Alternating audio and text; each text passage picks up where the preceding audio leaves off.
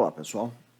Vamos continuar com os renascimentos, né? O renascimento em suas várias facetas, no que tange basicamente e particularmente ao teatro, que é o que nos interessa.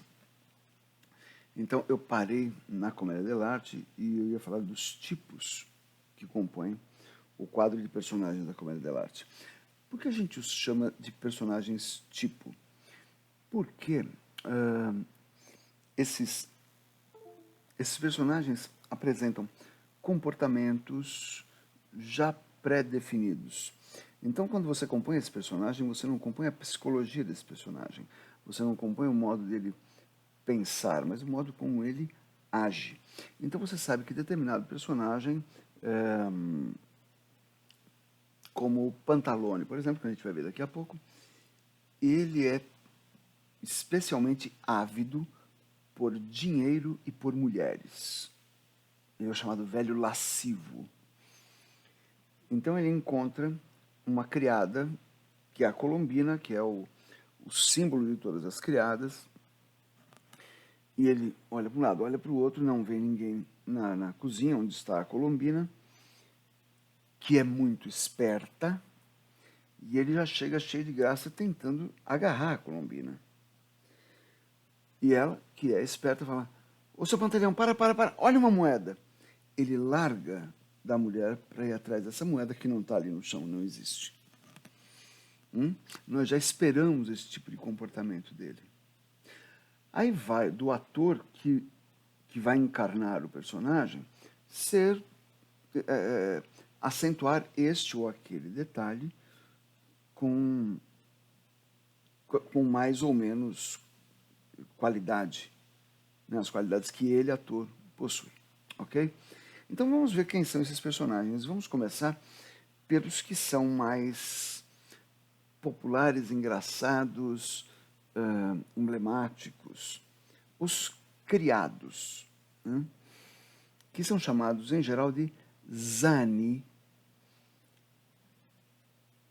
Zani, na pronúncia italiana, seria zani. Os zani, esse zani é genérico de criado, porque Zani, vem cá, Zani é rapaz, jovem, garoto, menino, vem cá. E viria de Giovanni, que tanto é jovem quanto é João. É como a gente faz no Brasil, quer dizer, a gente nem faz mais há algum tempo isso, mas quando você não sabia o nome de alguém, você dizia: ei, seu Zé, vem cá. Esse seu Zé é um genérico, é para dar um nome àquele cujo nome você desconhece. E consta que o primeiro criado, ou os primeiros criados, se chamavam mesmo Zani, não tinham nomes. Com o tempo, isso foi se desenrolando, se desenvolvendo, e vários criados foram aparecendo. Vários Zani foram aparecendo. Aquele que a gente lembra primeiro é o Arlequino, ou Arlequim, que costuma ser o criado mais engraçado. Ele veste uma roupa toda feita de losangos. Hoje em dia ela é uma roupa de malha com losangos desenhados. Mas, no princípio, era para mostrar que ele era tão pobre que as roupas dele eram feitas de retalhos mal costurados. Esses retalhos, com o tempo, foram sendo estilizados e acabaram em losangos coloridos. É uma roupa de malha porque ele vai usar muito a elasticidade do corpo, então tem que ser de malha. Melhor que seja de malha. Ele tem uma máscara. As máscaras da comédia dell'arte, em geral, elas cobrem isto aqui. Tá? Elas deixam a boca de fora. E você, pela indumentária, pela máscara, você já conhece o Arlequino. Eu terminei a aula passada falando que, como a Itália não era um país unificado com um único idioma. Cada região tinha um idioma próprio. Então, os artistas da comédia dell'arte não falavam os vários idiomas. Mas eles podiam dar um certo sotaque, uma certa musicalidade, ou dizer algumas palavras no idioma de alguma região. No caso, nós temos dois criados, esse o Arlecchino e o próximo que eu vou falar, que é o Brighella. Eles são da região de Bérgamo. Então já deixa eu falar do Brighella, porque aí explico o que Bérgamo tem a ver com isso. O Arlecchino é o mais tonto, é o mais bobinho, é o mais ingênuo, é o que faz mais trapalhadas. O Brighella, como o nome indica, vem de briga mesmo. Né? Ele é um cara metido a valentão, mas ele só é valentão para com quem é igual ou inferior a ele. Quando chega um patrão, ele treme todo e fala, sim senhor patrão, sim senhor, pode deixar que eu vou lá e resolvo, senhor. O que tem a ver com esses dois serem de Bérgamo?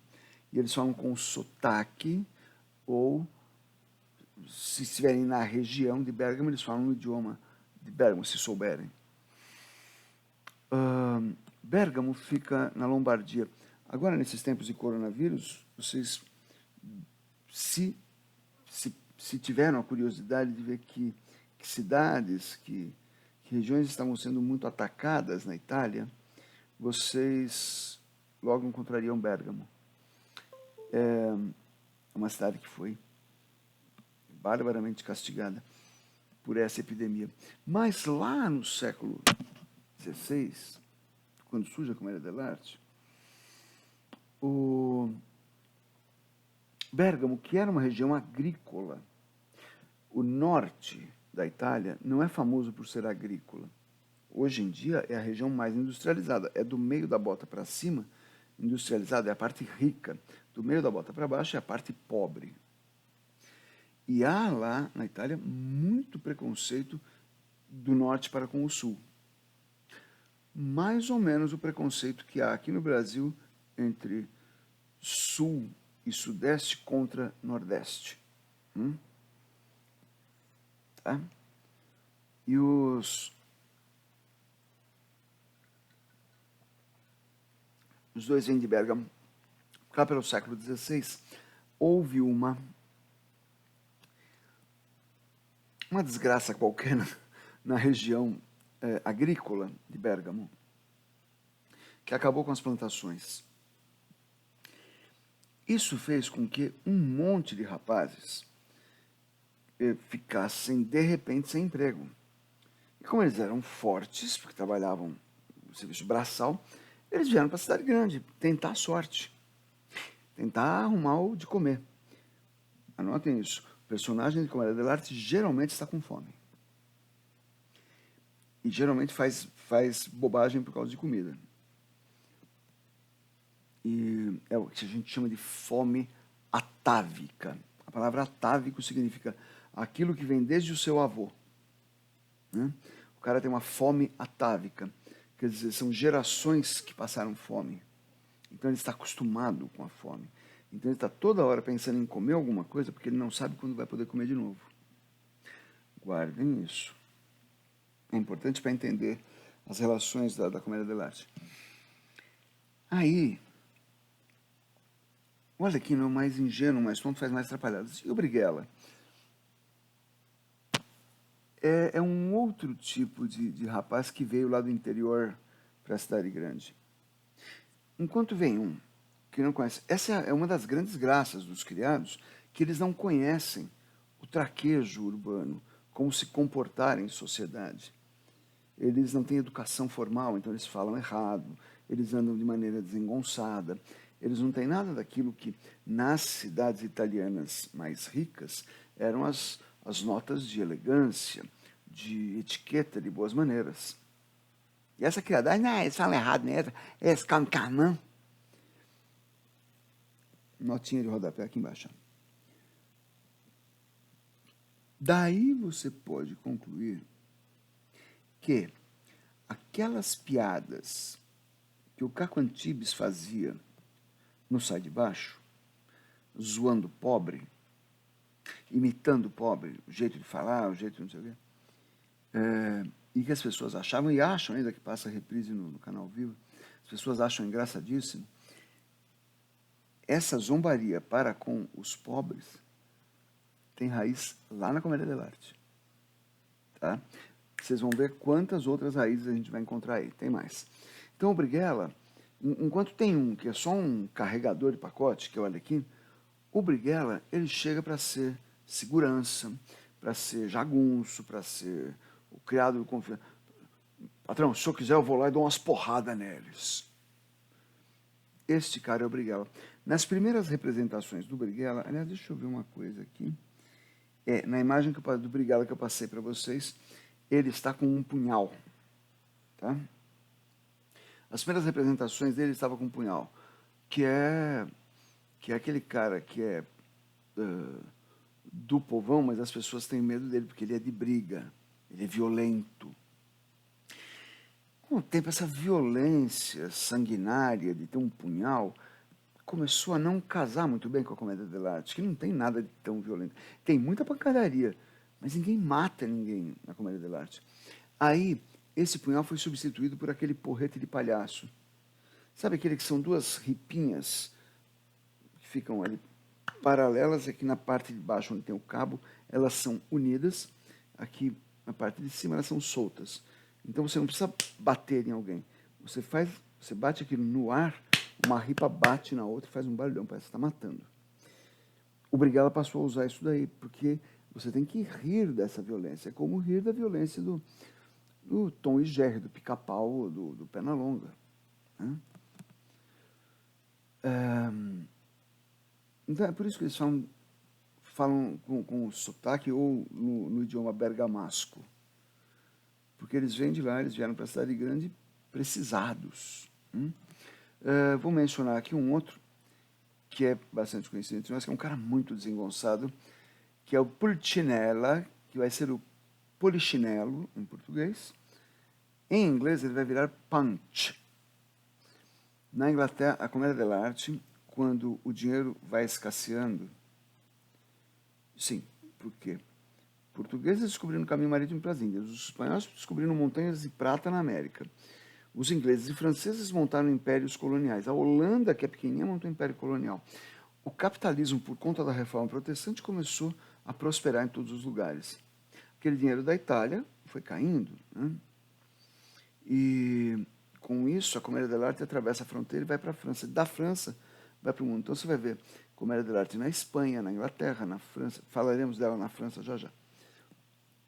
Na França, na Alemanha, olha só. Na Inglaterra, a Comédia dell'arte vai pegar mesmo com marionetes. Então você vai ter lá o Pulcinella. Na Inglaterra ele vai se chamar Punch. Ele vai virar o principal da Comédia dell'arte na Inglaterra, mas é uma comédia feita de fantoches. Na Alemanha, os Zani vão estar personificados em um personagem, que não vai ser de Comédia dell'arte, mas vai ser do teatro alemão, que é o Hans, que é João. Né? Johannes. Hans Wurst, João Salsicha. Tá? Comida. Outro que é famoso aqui no Ocidente, que ele tinha uma participação menor na Itália, que era o Pietrolino. Pietrolino é diminutivo de Pietro, é o Pedrinho. Ele vai para a França, lá ele se chama Pierrot. Pedro, em francês, é Pierre. Pedrinho, Pierrot. E ele cai no gosto dos franceses. E ele é exportado, ele vai virar um personagem de teatro popular na Rússia com o nome de Petrushka, que é Pedrinho também. Tá? Mas volta aqui. Pulcinella, que dançava muito.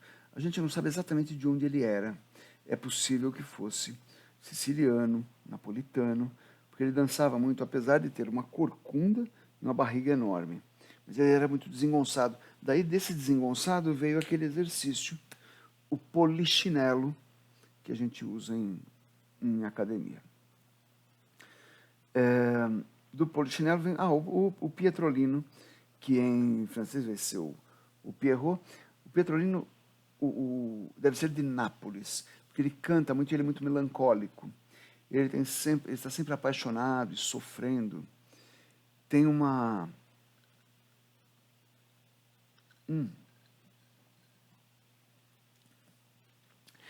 como as máscaras e as roupas, as fantasias, não, vou falar direito. Com as máscaras e as roupas dos personagens de comédia dell'arte no carnaval, principalmente de Veneza, carnaval italiano, mas principalmente de Veneza. Essas roupas viram fantasias de carnaval, e as máscaras também. A ligação dos personagens de comédia dell'arte com o carnaval é muito grande. Daí você ter marchinha de carnaval aqui no Brasil, uma de Noel Rosa que diz: um Pierrot apaixonado que vivia só chorando por causa de um... Não, um Pierrot apaixonado que vivia só sonhando por causa de uma colombina, acabou chorando, acabou chorando.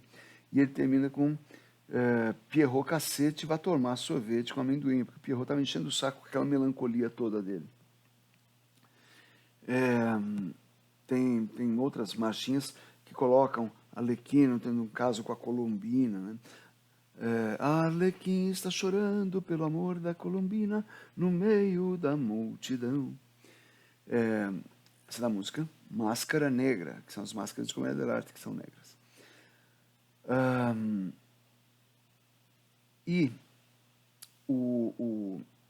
Você já viu esses personagens todos, mesmo que você nunca tenha visto um espetáculo de comédia dell'arte. Não vou nem entrar na Colombina. A Colombina é criada, já falei, ela é a dona da casa. Dona que eu digo é a governanta, né?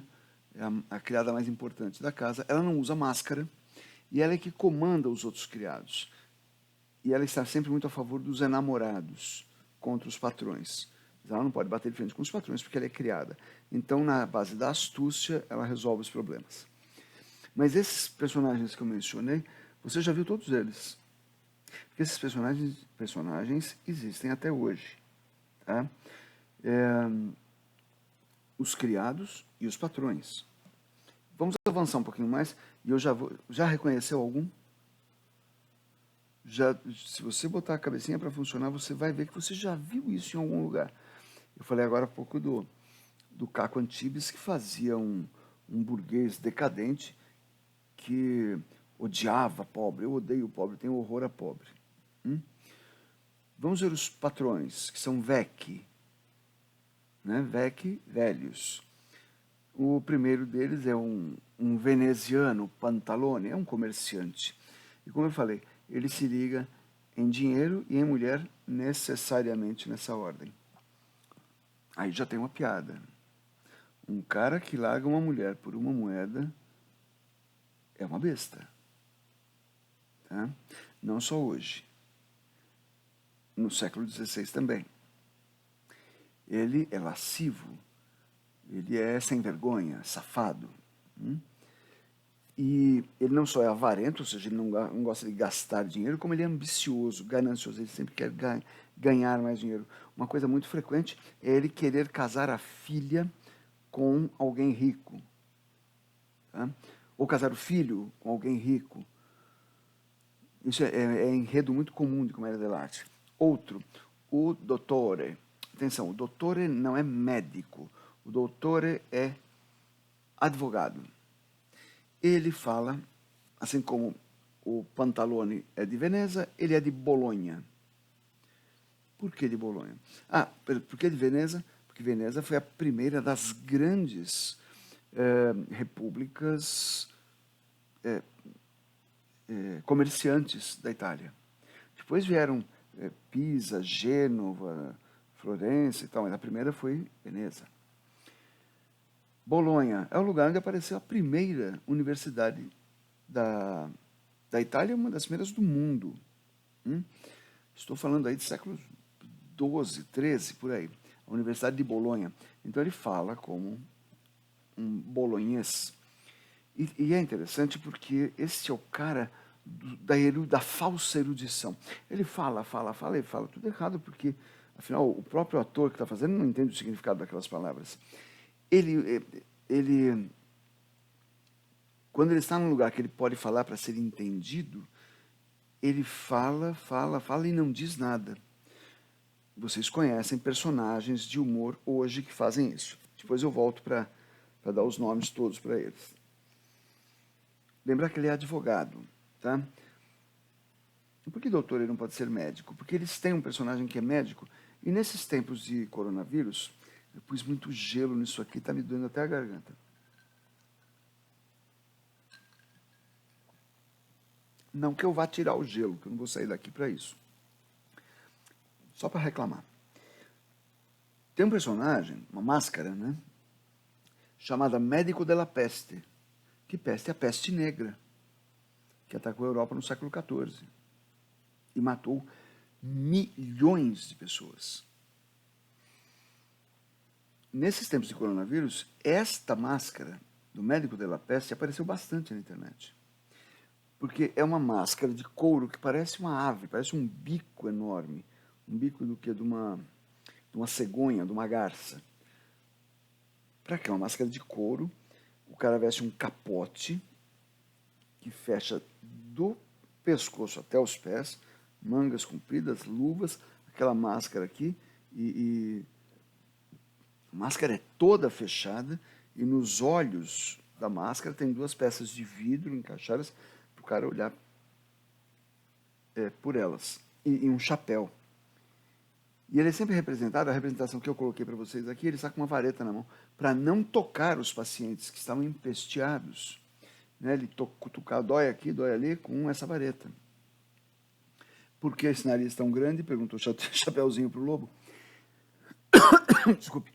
Porque nesse bico, eles enchiam de flores, de ervas medicinais, eles enchiam de hortelã, cânfora, folha de eucalipto.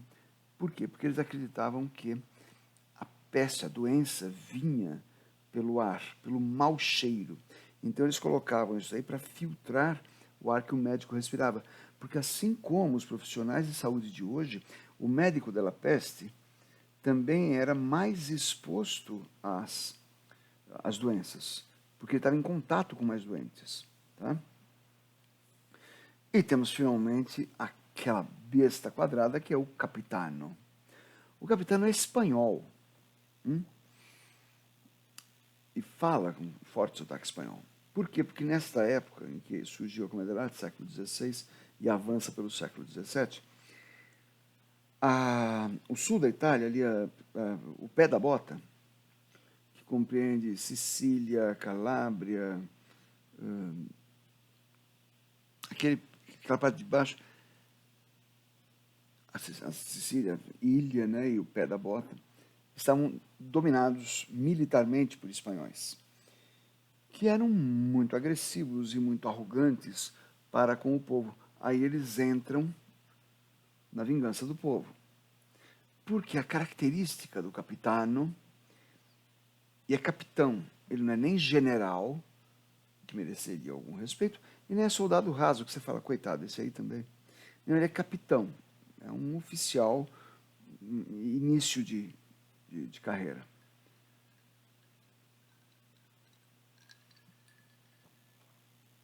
Né? Antes do capitão vem o tenente. E o capitão é muito durão, machão, vive contando que não, porque eu enfrentei os caras, vieram 10 para cima de mim, matei todos. Ele faz e acontece, e alguém fala, olha uma barata. Ele fala, barata! Eu fiz com voz aguda agora por causa do susto dele, não por ele ser gay ou coisa parecida. Não é isso. Ele é covarde, ele é garganta. Ele fala demais, que ele é o fortão, o gostosão e tal. E não é nada disso. Que é um jeito de você se vingar da autoridade. Né? Deixa eu voltar a esses personagens todos aqui. Tem os enamorados depois, mas namorados você fala em 30 segundos eles, vocês vão entender. Sabe onde você já viu Arlequim, Polichinelo, o Purtinella, que era músico, Pierrot, que era músico. Sabe onde você viu? O Gordo e o Magro, os Três Patetas, os Trapalhões, Chaves. O personagem do vagabundo, do Chaplin, aquele que ele fez em 200 filmes, rodando a bengalinha com aquela roupa, o paletó apertado demais, a calça larga demais, isso é um arlequino. Aí alguém dirá, mas espera aí, isso aí não é clown? Isso vieram de onde? Daí. A palavra clown, em inglês, significa, na origem, hoje em dia, clown quer dizer palhaço. Mas, na origem, clown, etimologicamente, se refere ao colono, o capial, o cara da roça, o cara que faz trabalho braçal, que fala, que, portanto, quando está com gente da sociedade, ele fala errado, ele não tem modos. Assim também, você vê em Shakespeare, em Hamlet, na famosa cena dos coveiros, Hamlet tinha aquele negócio sempre apresentado com a caveira na mão, e de vez em quando aparecem uns caras aí. Eu vi ontem um pessoal de um grupo de humor muito famoso, muito bom, em que um cara ia dizer ser ou não ser a questão com uma caveira na mão. Nesta cena, se o Hamlet estiver com alguma coisa na mão, será um punhal. Porque ele está pensando em suicídio. A cena em que ele pega uma caveira na mão é lá na frente da peça, já no quinto ato, o ser ou não ser no terceiro ato, lá no quinto ato é a cena dos coveiros, quando está num cemitério e ele pega uma caveira e os caras falam, você não sabe de quem era essa caveira. Era de Yorick. E o Hamlet fala, Yorick, o bobo? Yorick era o bobo da corte quando o Hamlet era criança. Ele falou, quantas vezes esse cara me pegou no colo e eu beijei esse bobo, não sei o quê. E agora tem esta aparência, ele está só com a caveira ali. Essa aparência e esse cheiro. Pois bem, essa cena, apesar de pesada, porque discute umas coisas sobre vida ou morte, lá o ser ou não ser é sobre suicídio. Se você decide ou não enfrentar a vida. A cena dos coveiros, ele reflete sobre a nossa condição no mundo. Na rubrica em inglês, na primeira cena do ato 5, que é a cena dos coveiros, qual é a rubrica? Enter two clowns. E ninguém vai imaginar que entram dois palhaços em cena. Embora a tradição nos mostre que fazer essa cena com dois caras bons de humor e de improviso e tal, rende muito mais. Quando o Kenneth Branagh fez a sua versão do Hamlet, nos anos 90, se não me engano, um dos bobos...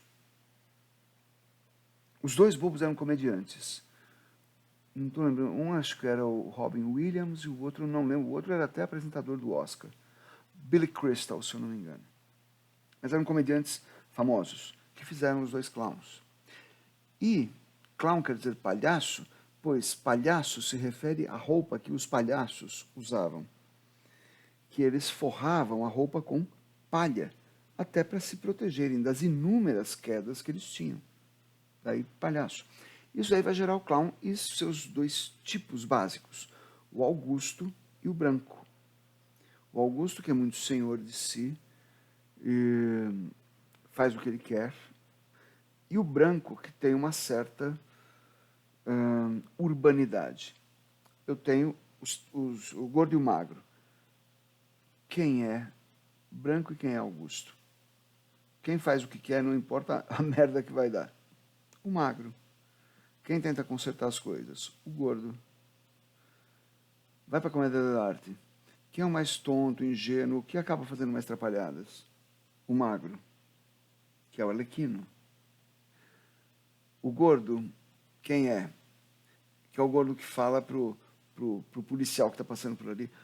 Policial, pode deixar, ele não vai fazer isso de novo. Stan, seu maluco. É o Brighella. Com os Três Patetas, então, é um show de bola.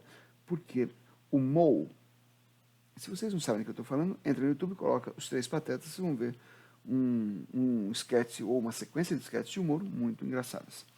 O Mo, que é o cabelo de franjinha, que bate em todo mundo. Quem é? Brighella. O Larry, que é o cara que é careca aqui no meio, que arranca o próprio fone de ouvido, idiota, e que tem um cabelão crespo aqui do lado. E que é principalmente o músico do grupo. Toca violino, piano, ele aparece tocando vários instrumentos aos longos dos 200 filmes que eles fizeram. Quem é? Como ele se apaixona muito, ele pode ser o Pierrot. E tem um terceiro pateta, que é o pateta que muda. Os dois primeiros são os mesmos a história inteira dos três patetas. Mas tem um terceiro que mudou várias vezes. Tem o Champ, que é o que tem o cabelo repartido no meio. Tem o Curly, que é o gorducho careca.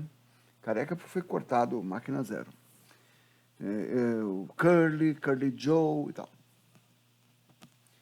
Esse daí é o Arlequino, que é o que faz mais trapalhadas, é o que apanha mais também. Que mais?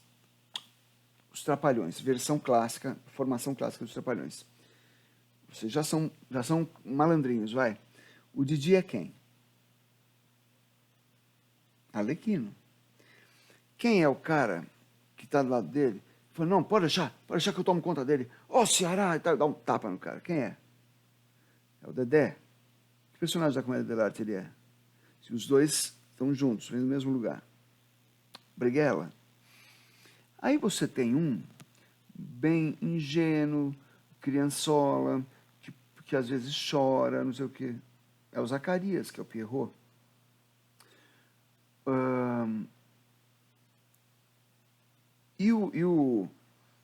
O Purtinella, que frequentemente é músico também, mas ele dança muito, e ele tem um barrigão saltado, e ele é muito popular e tal. Quem é? O Mussum.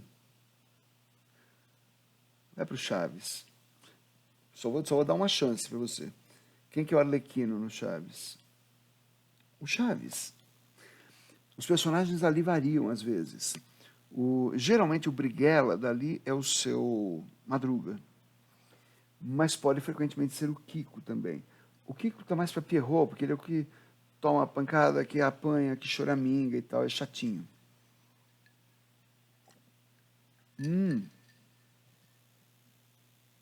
Qual é a mulher que manda no pedaço? A Dona Florinda? Colombina. Não tem alguém que, por ser um sábio, um intelectual, é super considerado por todo mundo? O professor Girafales é o dottore. Tá? Vocês vão encontrar isso em praticamente todas as formações de humor. O Chaplin, quando atuava sozinho lá, era quem? Ele era, ao mesmo tempo, o Arlequino, só. Ao mesmo tempo, não, ao longo do tempo, era só o Arlequino. Tá? Fácil de achar?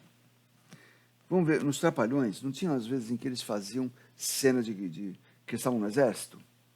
E tinha o Sargento Pincel, que fala grosso, eu faço e aconteço, vou enquadrar todo mundo e tal.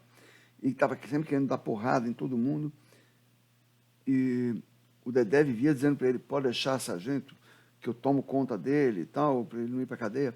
O Didi fez inúmeras vezes essa brincadeira, pegava um saco de papel, enrolava e quando estourava o sargento, aí sim, para ele desmunhecar. Isso, vamos lembrar, eram nos anos 80, e fazer piada com gay ou com trejeitos gays ainda era engraçado na TV brasileira. Tá? Era aí que o Didi fazia, eu sei, esse aí camufla, esconde. Né? Quer dizer, que outro? Tem um outro aqui para baixo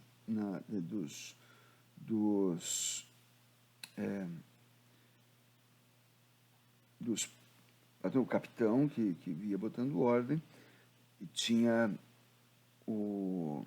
aqui embaixo, o que eu não expliquei ainda, vou explicar agora, os enamorados, que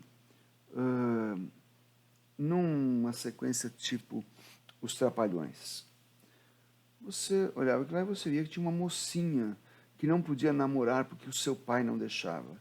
Aí os Trapalhões davam um jeito de fazer com que a mocinha pudesse se encontrar com o mocinho. A mocinha e o mocinho não tinham graça nenhuma. Na comédia dell'arte também era assim. Eles eram os innamorati, os enamorados. E é curioso que eles usavam nobres que tinham sido...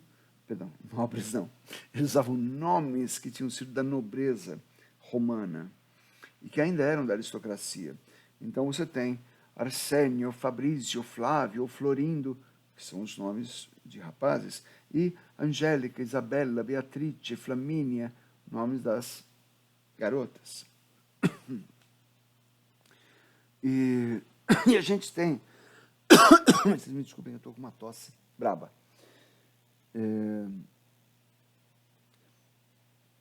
Você tem nesse arranjo todo de comédia dell'arte todas as formações de humor que a gente já teve até hoje. Tem um caso clássico que eu recomendo vocês avançarem no estudo. Vocês já devem ter visto numa sessão da tarde qualquer o professor Aloprado com o nossa, eu estou vendo a figura dele na minha frente, o ator negro, famoso. Eu vou procurando aqui enquanto eu lembro. Você tinha ali a figura do professor Aloprado, que usava muita maquiagem de corpo e tal, porque quando ele tomava uma certa poção, ele deixava de ser o gordão que ele era e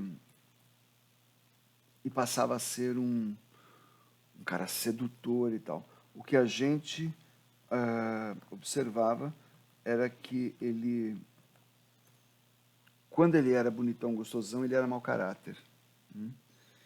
E essa comédia com Ed Murphy, de 1996, The Nutty Professor, aí eu vou dar uma lição de casa para vocês. Não é lição de casa, não é obrigatório. Só para quem quiser ser melhor. Pegou no queixo, né? Só para quem quiser ser melhor, eu não vou dar nota. Você que sai ganhando, você não vai ganhar nota para isso. Eu vou dar uma lição de casa muito gostosa de fazer. Assista esse filme com Ed Murphy, O Professor Aloprado.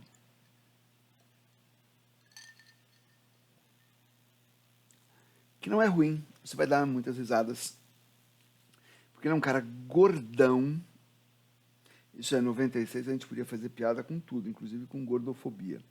Ele era um cara gordão, tomava uma poção, ficava lindo. Mas ele era um excelente caráter quando estava normal e era um mau caráter quando estava lindão. Acontece que isso daí já é uma refilmagem de uma outra versão que foi feita em 1963. 1963, com o grande Jerry Lewis, que é a mesmíssima história, é igualzinho. Só que o Jerry Lewis, quando ele está normal, ele é um professor universitário.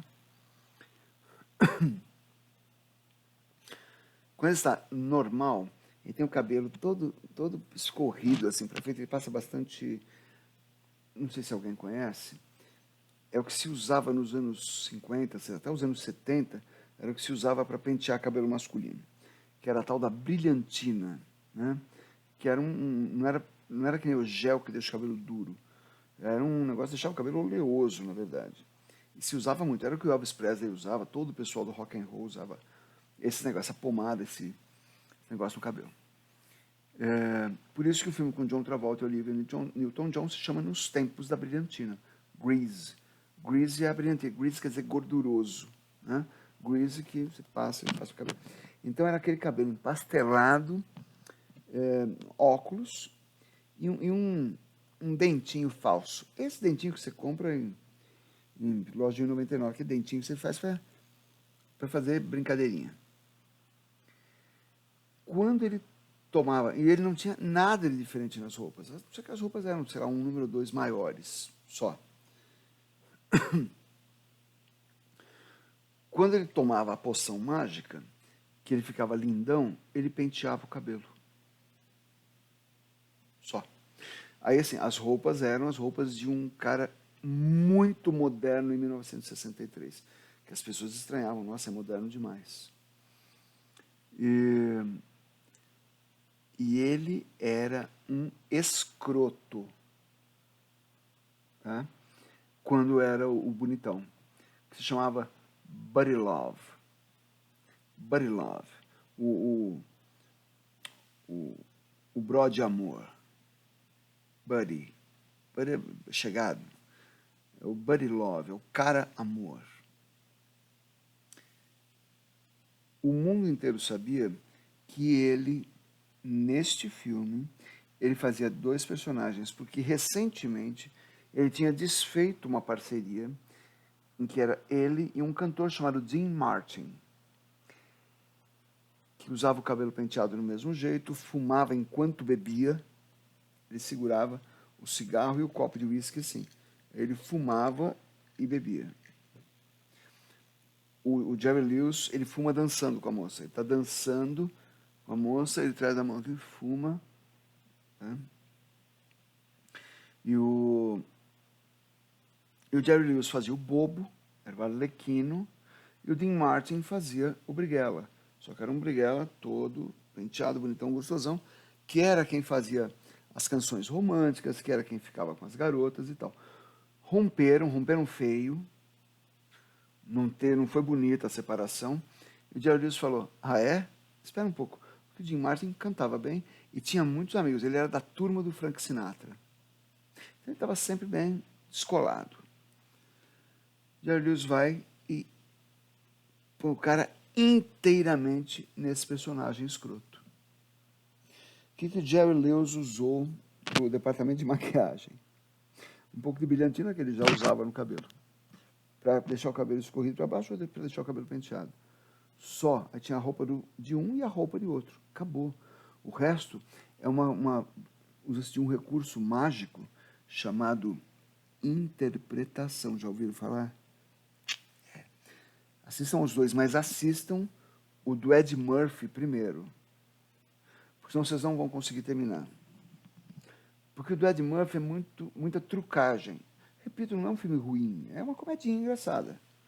Mas o Jerry Lewis, você fala, meu, que interpretação. Tá? Tem um outro personagem que a gente tem na televisão, eu não sei se ele ainda está, eu acho que ainda está na Praça é Nossa, que é o personagem chama-se João Plenário. É o Pantalone, que se preocupa mais com dinheiro do que qualquer outra coisa. Agora vejam só, agora que vocês sabem tudo sobre comédia dell'arte, vejam só, quem é que está faltando em cena? Falando de classe social.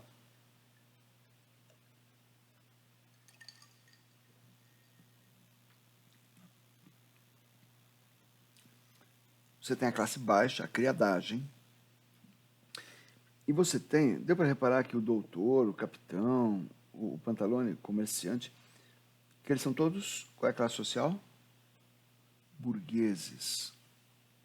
Quem que está faltando? Sim, a igreja também. Mas a igreja pertence a outra classe social. A aristocracia, que é o poder. Poder que ainda ia durar bastante. Só vai cair do poder em 1789 com a Revolução Francesa. Povão, burguês e aristocrata, todos assistiam comédia dell'arte. O povão assistia na praça. E não tinha dinheiro para pagar. Os caras passavam um chapéu. Vou aqui pegar um boné meu aqui, uma boina. O cara que acabava a peça, passava o boné ali para pegar uma moeda, se conseguisse. Mas o povão que estava ali, tudo derrapado, o cara deixava uma cenoura, o outro deixava 2 ovos, o outro trazia lá do forno dele, trazia um pão, que saiu do forno agora, deixava ali. E não se recusava a nada. Eu tenho um filme para vocês, mais um, que se chama A Viagem do Capitão Tornado. É um filme dos anos 80, A Viagem do Capitão Tornado, que retrata exatamente uma companhia de comédia dell'arte. Nesse momento que eu vou falar daqui a pouco. Que é o momento em que a comédia dell'arte sai da Itália. A Viagem do Capitão Tornado É um filme de um grande cineasta italiano chamado Ettore Scola. Scola é a palavra escola sem o E no começo, tá? Em italiano, esse filme chama A Viagem do Capitão Fracassa. Eu não tenho a menor ideia de por que eles botaram Capitão Tornado em português. Porque tem uma piada dentro do filme que explica por que o cara chama Capitão Fracassa. É um capitano.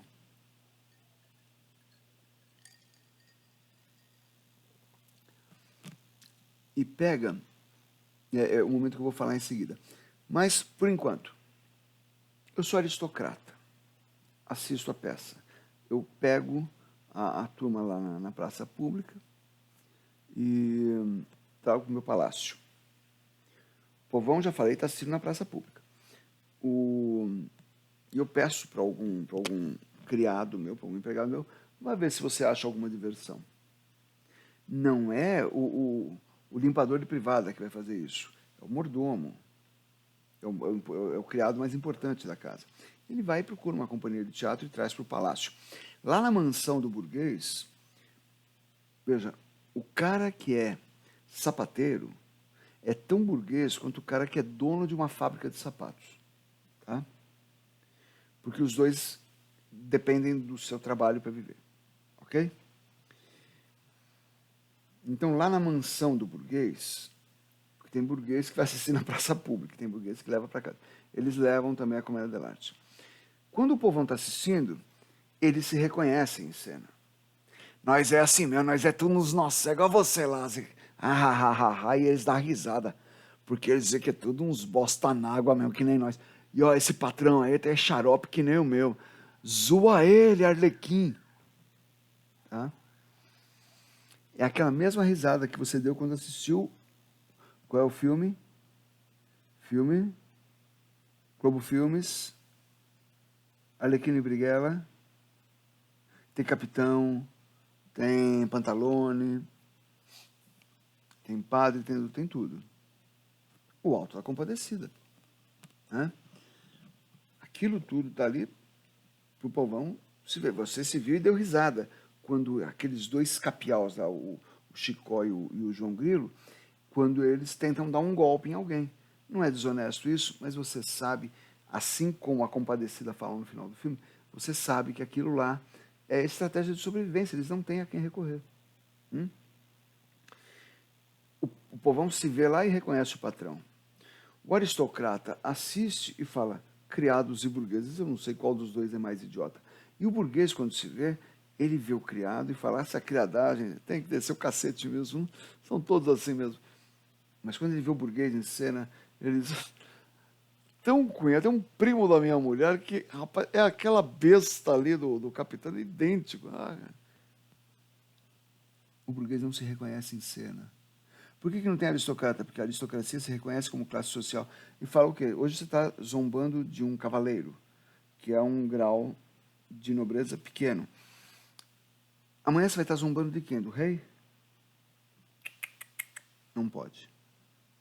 Mas todo mundo sabia disso, ninguém ousava colocar um aristocrata em cena.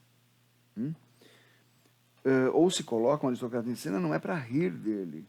Ele chega para botar ordem, porque é quem manda. E quando o burguês está assistindo, ele reconhece o criado, que é uma besta, e reconhece um outro burguês, nunca é ele mesmo. O dia que a burguesia se reconhecer como classe social, faz a Revolução Francesa e toma o poder. Ok? Muito bem. Sai agora da Itália. Vai porque o dinheiro começou a escassear, o pessoal pegou a carroça e foi para a França. É isso que o filme A Viagem do Capitão Tornado mostra. O pessoal está passando fome, eles vão para a França. Anda um pouquinho mais, Península Ibérica. Portugal transformou os caminhos marítimos lá que descobriu em muita riqueza. Com essa riqueza, eles construíram palácios, mas o que construíram de igreja e mosteiro, principalmente mosteiro, foi um absurdo. Foi muita coisa. Tá? Portugal era um país que era assim, era um catolicismo cercado de Europa por todos os lados. era extremamente conservador. Tem a história de reis, mais de um rei de Portugal, que ficava muito mais tempo nos mosteiros com os seus amigos monges do que no palácio governando o país. Vai nos dar alguma coisa em teatro? Vai. Um cara, mas é um cara bom pra caramba, Gil Vicente. Gil Vicente, vamos lembrar que o dinheiro começou a entrar primeiro em Portugal, depois começou a entrar para a Espanha. Tá? Gil Vicente vai encarnar um primeiro grande, um primeiro famoso poeta cortesão. Poeta cortesão é uma expressão que vai ser usada na Península Ibérica toda, em Portugal e Espanha. Mas a função vai existir na Inglaterra, vai existir na França, vai existir em vários lugares. É um poeta que é residente da corte e ele que organiza os divertimentos. Por que poeta cortesão? Bom, poeta cortesão significa um poeta que mora na corte, que exerce sua função econômica na corte. Por que poeta? Não podia ser, sei lá, mágico cortesão, músico cortesão? Acontece que o mais difícil de encontrar era alguém que escrevesse texto, dramaturgia. Por isso, o poeta cortesão, você encontrava músicos, encontrava malabaristas, encontrava o que você quisesse. Gente que escrevesse era difícil. Então, este cara escrevia os divertimentos, pegava uma meia dúzia de 3 ou 4 de atores e atrizes e encenava. Você ensaiava a peça durante 3, 4 dias para fazer uma apresentação e acabou. Depois, com o tempo, você podia levar essa apresentação para a praça pública, ou, no caso da Espanha, vamos começar a ter teatros públicos, e lá você vai encontrar os teatros à disposição das pessoas. Gil Vicente, assim como Portugal, ele é a encarnação de Portugal. Ele mantém um pé firmemente plantado na Idade Média e outro pé firmemente plantado no Renascimento. Então você tem a farsa de Inês Pereira, é Renascimento purinho da Fazenda. Mas o Alto da Lusitânia é teatro medieval, é teatro religioso, aquele que se fazia na praça em frente à igreja. Lembram que eu dei o exemplo? Do diabo que fala, olha, ali está todo mundo e ninguém. Esse é o Alto da Lusitânia, do Gil Vicente. Quando o diabo fala, vamos ver o que esses dois conversam. Eu quero trabalhar, eu quero ficar rico. Anote aí, falou para o secretário. Todo mundo quer ficar rico e ninguém quer trabalhar. Que eram os nomes dos caras. Isso é de Gil Vicente. E é medieval do bom. Tá? Gil Vicente começou sendo poeta cortesão de um nobre menor, mas ele era tão bom que ele foi convocado a prestar serviço na corte. E ali ficou pelo resto da vida. E a peça mais famosa dele, O Alto da Barca do Inferno, ela é da melhor qualidade porque ela mistura os elementos renascentista e medieval. Uma pitada de medieval e mais estrutura e carne renascentista. Você tem ali padre indo para o inferno, padre que não pode ir para o céu. Oh, ele é contra a igreja. Os padres são humanos e podem falhar. A igreja não falha. A instituição Santa Madre Igreja Católica Apostólica Romana de Nosso Senhor Jesus Cristo, essa não falha. E nessa peça, tem lá dois personagens. Esses caras vieram de onde? Eles lutaram nas cruzadas. Pô, as cruzadas já tinham acabado. Não, eles lutaram, poxa, esses caras deram a vida por Cristo, entra direto para o céu. Se você ler, pode ser na Wikipédia, por lá, cruzadas, você vai ver relatos bárbaros, horrorosos. Tá? Na primeira cruzada, quando os cristãos tomaram Jerusalém, o relato dos cristãos era que o sangue nas ruas dava pela canela, de tanto sangue que tinha.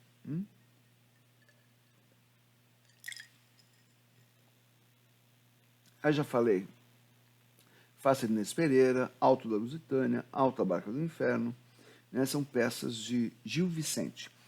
Aí a gente cruza a fronteira, Espanha.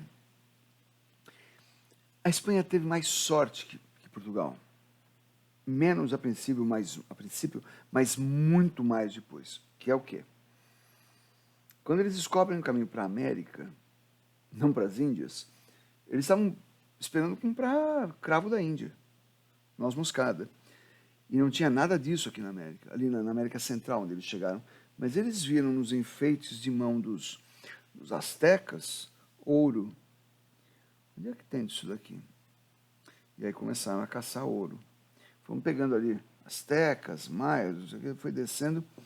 Quando chegou no Império Inca, ali na altura do Peru, Bolívia, eles encontraram literalmente montanhas de prata. Era só escavar. Pô, como é que eu vou escavar? Para isso que o bom Deus inventou o mosquete, o arcabuz na época, a espada e índio para escravizar. Então, assim, era só apontar e falar, vai lá cavar. Não vou, pá! Mais alguém discorda. Foi assim que eles... Por isso que filme de pirata, sempre que o pirata tem aquele cara que fica lá na gávea, lá em cima, ele olha e fala, capitão, galeão espanhol a este bordo. O que quer dizer isso? Galeão é um navio cargueiro. Galeão espanhol, se ele estivesse indo da Europa para a América, esquece. Mas o que estava indo da América para a Europa, pega, porque está cheio de prata, principalmente, ouro em menor quantidade e muitas pedras preciosas. Então, pegar um navio espanhol era riqueza na certa. Tanto é que o rei da Inglaterra e depois a rainha, filha dele, Henrique VIII e Elizabeth I, autorizaram os navios ingleses a apreenderem navios espanhóis, desde que fizessem uma rachadinha com o que fosse apreendido. Se alguém roubasse a rainha da Inglaterra, morria. Né? Claro, está roubando a rainha. Ela chamava ali os seus os seus soldados e acabava com a alegria de quem estivesse roubando o roubo. Esse dinheiro entrou na Espanha e facilitou o comércio da Espanha. Então a Espanha se deu adeus para o feudalismo muito antes dos outros países. Portugal se retraiu, que poderia ter feito isso, se retraiu. França, Inglaterra, Alemanha, esquece, feudalismo puro. A Espanha se abriu. E aí as pessoas circulavam de cidade para cidade. Como iam de cidade para cidade, elas precisavam de algum lugar para tratar das montarias, as mulas que puxavam carroças e os cavalos que serviam de montaria. Então, alguns comerciantes começaram a abrir nas cidades que tinham mais comércio, a abrir corrales, que vem de corral, que tem o mesmo significado de curral em português, que é o lugar onde você guarda o cavalo, onde você guarda boi.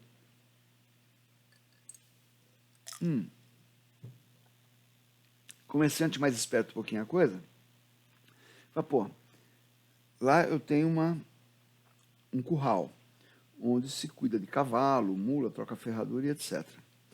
Pô, eu vou fazer aqui na frente, na rua, uma taverna, que é uma mistura de bar e restaurante. É aí que as pessoas, como esta época, estamos no século, já no século XVI, é que as pessoas vão dizer, opa, ao invés de tomar uma caneca de vinho em casa sozinho, eu vou na taverna. Lá eu encontro as pessoas. Vamos marcar um encontro de negócios? Taverna. Estamos na Espanha, não é difícil que alguém ali, o pessoal começa a beber, alguém puxa uma guitarra, né, um violão, começa a tocar, a mulher já sobe em cima da mesa e sai dançando flamenco. E o pessoal vara a noite naquilo lá. Pois bem, entre o curral lá nos fundos e a taverna aqui na frente, os comerciantes botam uma hospedaria. Como na Espanha faz muito calor, eles usam um tipo de arquitetura que eles aprenderam com os muçulmanos, que vinham do deserto, que é deixar um pátio interno aberto, não construir tudo. Então era assim, curral lá atrás, taverna aqui na frente, uma seção de quartos aqui, um sobrado aqui, outro sobrado aqui e um pátio no meio. E aí companhias itinerantes, não de comédia dell'arte, de teatro em geral, o cara vai se apresentar na praça em frente a esse estabelecimento, esse corral. O dono do corral fala, pô, posso ganhar um dinheiro aí. Companhia de teatro, vem para cá. No pátio interno, à tarde, quando o sol já começa a se pôr, no verão, o sol se põe, começa a se pôr lá pelas 8, 9 da noite. Que é quando vai ficando mais fresco e tal, bota uns bancos ali. Quem for hóspede sai, porque esses 2 corredores que eu falei aqui que tem dormitórios, tem o desenho que eu vou colocar lá para vocês no Google Sala de Aula e vou colocar no WhatsApp também. Os quartos daqui e os quartos daqui davam para corredores abertos, davam para varandas internas. Então o cara ali da varanda, ele assiste a peça. Porque você coloca um tablado ali, tem peça de teatro. Cobras fez isso. E são os primeiros teatros públicos da Europa. O cara está andando, o que você vai fazer hoje? Não, hoje eu vou ao teatro. Ah, vamos. Depois do teatro, você vai para a taverna, come, bebe, faz farra. Hã? É ali na Espanha que a gente vai ter grandes nomes do teatro. Esse período, que é o século XVI, é chamado de século de ouro. Mas conforme o que eles contam de tempo, isso pode ter começado em 1492, que é quando Colombo descobre a América, os últimos muçulmanos são expulsos da Espanha e se publica a primeira gramática espanhola. Isso é 1492. Muitos dizem que começa aí. E outros dizem que o século de ouro termina quando morre Calderón de la Barca em 1681. Mas se você somar 1492 para 1681, dá quase 2 séculos. É porque, na verdade, dependendo do autor, ele situa esse século mais para lá ou mais para cá. Começa no 15 e termina, desculpe, lá no final do 17. Na verdade, o miolo mesmo é que interessa, que é o século. A virada do século XVI para o século XVII. Esse século é chamado século de ouro, não só para o teatro, perdão, para a literatura, para o teatro, para as artes plásticas. Velázquez, o grande mestre da pintura barroca, era o pintor residente na corte espanhola, na corte real espanhola. Os grandes nomes do teatro espanhol vivem nessa época. O primeiro romance moderno é lançado em 1605, que é o engenhoso fidalgo Dom Quixote de la Mancha, do Miguel de Cervantes, que também era dramaturgo. É quando Calderón de la Barca, Tirso de Molina, Lope de Vega produzem suas obras. Esses artistas, eles sabiam, e é o que eles buscavam, prestar entretenimento. Alguns deles, como Calderón de la Barca, vão se tornando, a Espanha também era muito católica, e esses caras então vão se tornando, vão produzindo espetáculos que têm uma cara mais religiosa, mas são entretenimento. O Tirso de Molina vai pegar uma lenda que corria ali na Espanha e vai criar um personagem que todos vocês conhecem, Dom Juan, o sedutor, que todas as mulheres caíam na sua lábia. O Dom Juan não era um homem, ele é uma lenda. É como lá no norte do Brasil, lá na Amazônia, a gente tem a lenda do Boto. Lá na Espanha tinha a lenda do Dom Juan. A moça era virgem, aparecia grávida, falava, foi o Boto. Lá no Amazonas. Lá na Espanha era Dom Juan Tenório. O Lope de Vega é um cara a se destacar porque ele tem milhares de obras dentro de poesia, teatro, romance. Ele tem um tratado de estética teatral que é um livreto. Se você imprimir, dá um livrinho de bolso. E é uma que se chama El arte nuevo de hacer comédias en este tiempo. Arte nova de se fazer comédias, peças de teatro nessa época. A Espanha tinha um jeito de fazer teatro, escrever teatro. Lope de Vega, que tinha uma produção de milhares de textos, perdeu-se muito da produção dele. Ele tinha mais de 1000 peças de teatro. Sobraram hoje umas 400 e tantas, quase 500, tá? Desse cidadão chamado Lope de Vega. O Miguel de Cervantes, que era amigo dele, ele era amigo, ele o apelidou carinhosamente de monstro da natureza. Entendeu? Porque esse cara produzia demais. E ele era escritor, ele era dramaturgo, poeta, espadachim, soldado, duelista. Você como é que o cara bota no currículo que ele é duelista? É porque ele acreditava nesse negócio de dar em cima de tudo quanto é mulher, desprezando o fato delas serem, por exemplo, casadas. De vez em quando aparecia um marido ali a fim de lavar a honra com sangue, geralmente o sangue era do marido. O Lope dificilmente matava nesses casos, né? Ele fazia um corte na mão do cara, já estava bom. Lavou com sangue. Este cara, um dia depois dessa vida imensa, cheia de coisas, uma hora ele falou, cansei, entrou para a igreja, virou padre. Este cara criou um subgênero de dramaturgia que vocês conhecem muito.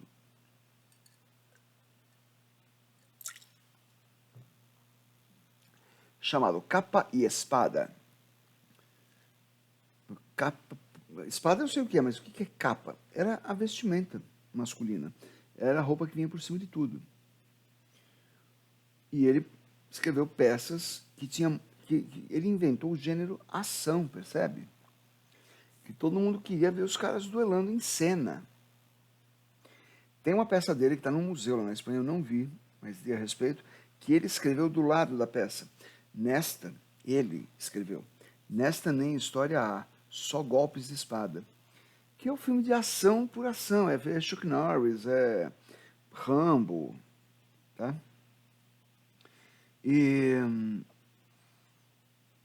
assim, tanto são esses filmes de ação como são os filmes que lidam com capa e espada, como filmes Zorro, Os Três Mosqueteiros, Robin Hood, sempre que tem alguém com espada na mão. Esse gênero a gente, né, agradece ao Lope de Vega. Até você chegar em Star Wars, que é um gênero capa, que é o que o Darth Vader veste, que é o que o Jedi veste, e espada, que é o sabre de luz. Ok? Aí a gente pega um barco pequeno, um barco a remo, uma lanchinha, um motorzinho de popa, atravessa o Canal da Mancha e entra na Inglaterra, que é quando a gente vai entender o teatro elisabetano feito pela Rainha Elizabeth I. Não é essa que está aí, essa é a Elizabeth II, tá?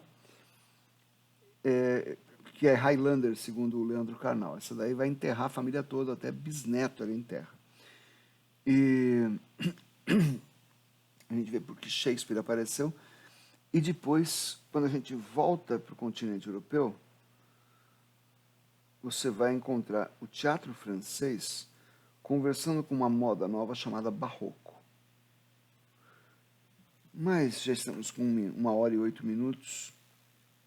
A gente vê isso na próxima, ok? Obrigado, assistam e me mandem a avaliação de participação de vocês desta aula até às 23 horas e 59 minutos da próxima sexta-feira. Okay? Quem tiver dificuldade com computador, etc., etc., quem tinha dificuldade já me avisou, quem tinha dificuldade de trabalho e tal, porque está combatendo a epidemia, essas pessoas já nos avisaram. Tem gente que não entregou o relatório dos 2 primeiros vídeos, que são 2 aulas, nem do terceiro vídeo, que é o da terceira aula. Esta é a 4ª. Isso vai contar, isso vai pesar na avaliação. Ok? Se liguem, portanto. Quem tiver qualquer dúvida, pode me procurar pelo WhatsApp da turma, tá? Ou no meu WhatsApp pessoal. É isso. Obrigado, pessoal. Espero que vocês se divirtam.